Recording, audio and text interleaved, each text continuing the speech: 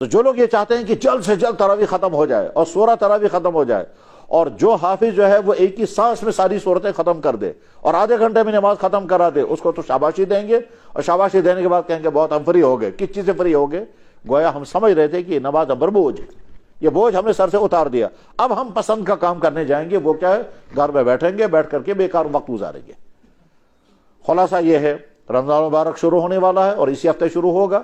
ظاہر ہے پہلا روزہ جو ہے یا تو منگل کو ہوگا یا بدھ کو انشاءاللہ۔ تو اس عہد کریں گے ہم کہ اس سال رمضان میں قرآن کے ساتھ اپنا تعلق مضبوط کریں گے، اور اگر قرآن کریم کے فہم کی بات کی جائے تو یہاں تو چونکہ ماحول ہی نہیں ہے، ورنہ دنیا میں ایسا بھی ہوتا ہے کہ ایک مہینے کے اندر پورے قرآن کریم کی تفسیر ہوتی ہے، اور دن میں تفسیر سٹارٹ کی جائے گی، 5 سے 6 گھنٹے میں ایک پارے کی تفسیر ہوگی۔ تو مبارک ان تفسیر کرنے والوں کو، اور مبارک ان افراد کو جو سننے کے لیے تیار ہیں کہ 5 یا 6 گھنٹے ہم روزانہ درس قرآن سنیں گے اور ایک پارے کا درس ہوگا، تو 30 دن میں 30 پاروں کا درس ہوتا ہے۔ اور یہ سلسلہ ہمارے بزرگوں نے شروع کیا تھا، جس میں بہت بڑی شخصیت ہے حضرت مولانا احمد علی لاہوری رحمہ اللہ تعالی، ان سے درس قرآن لیا ہے حضرت مولانا سید ابو الحسن علی ندوی جیسی شخصیت نے۔ اور وہ کہتے بھی تھے کہ قرآن کے ساتھ میرا تعلق جن مراحل سے گزرا ہے ان میں ہمارے شیخ تھے حضرت مولانا احمد علی لاہوری رحمہ اللہ تعالیٰ، وہ درس قرآن دیا کرتے تھے۔ ان کے درس قرآن کا ایک طریقہ یہ تھا کہ رمضان جب سٹارٹ ہوگا تو روزانہ ایک پارے کا درس ہوگا، 5-6 گھنٹے اس میں لگ جاتے تھے۔ تو 5-6 گھنٹے کا درس ہوگا، وہ 2-3 گھنٹے کا ہوگا ظہر سے پہلے، اور 2-3 گھنٹے کے بعد ظہر کے بعد ہوگا، عصر کے بعد وہ ذکر کیا کرتے تھے۔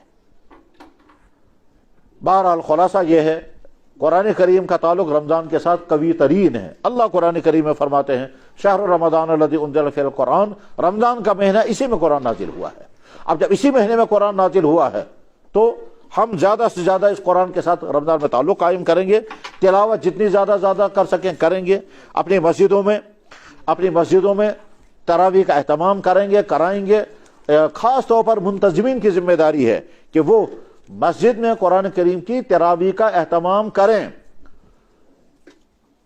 اور خود بھی اپنی تلاوت کا اہتمام کریں گے، اور اگر فہم قرآن کے لیے کوئی وقت مقرر کریں گے تو اور زیادہ بہتر ہوگا۔